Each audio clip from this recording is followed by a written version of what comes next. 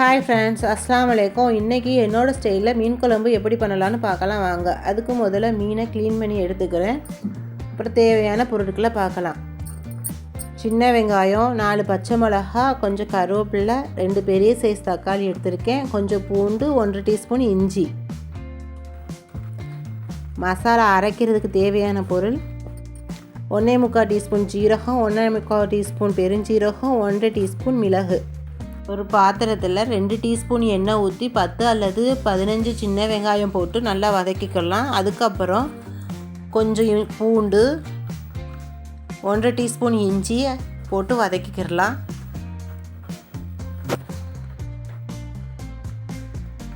நல்லா வதங்கினதுக்கப்புறம் நறுக்கி வச்ச 2 பெரிய தக்காளியும் போட்டு வதக்கிக்கிறேன். கொஞ்சம் கருவேப்பிலையும் சேர்த்து வதக்கிக்கிறேன்.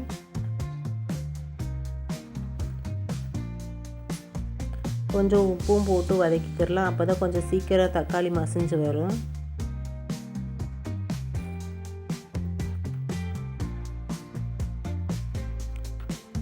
நல்லா தக்காளி மசிஞ்சு வந்துருச்சு. இப்போ இந்த மசாலைக்கு தேவையான பொருளையும் போட்டு வதக்கிக்கிறலாம்.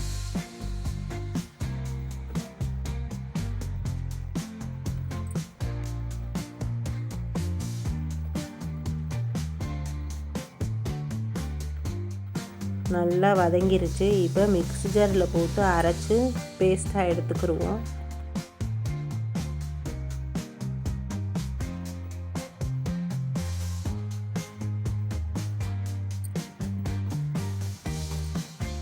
அதே பாத்திரத்தில் 3 டீஸ்பூன் எண்ணெய் ஊற்றி 1 டீஸ்பூன் கடுகு,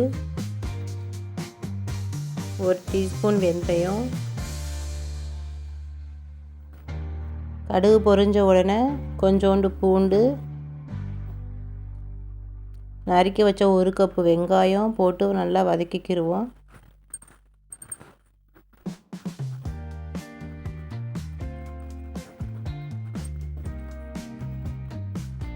ரெண்டு கொத்து கருவேப்பிலை சேர்த்து வதக்கிக்கிறேன். வதங்கினதுக்கப்புறம் நம்ம அரைச்சி வச்ச மசாலாவை சேர்த்து வதக்கிக்கிடலாம்.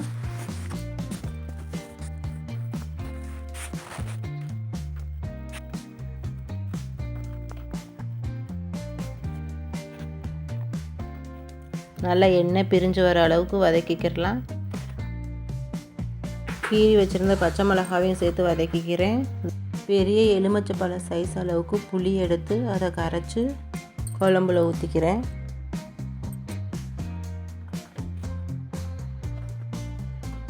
தேவையான அளவு தண்ணி ஊற்றி கலந்துக்கிடலாம்.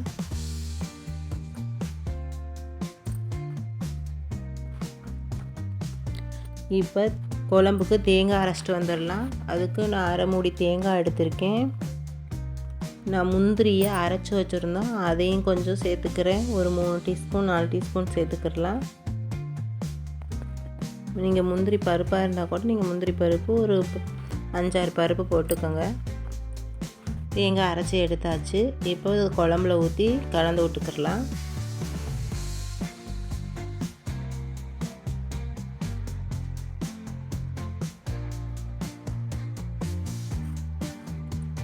குழம்பு நல்லா கொதிச்சு வந்துருச்சு. இப்போ மீன் போட்டுக்கிடலாம்.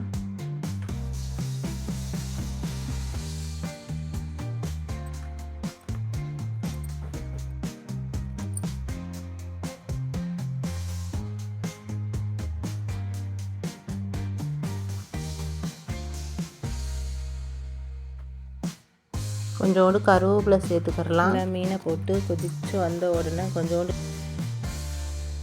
நல்லா குழம்பு கொதிச்சிருச்சு. மீன் நல்லா வெந்து வந்துருச்சு.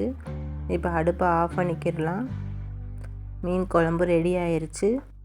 இந்த வீடியோ பிடிச்சிருந்தா ட்ரீம்ஸ் vlog சப்ஸ்கிரைப் பண்ணுங்கள்.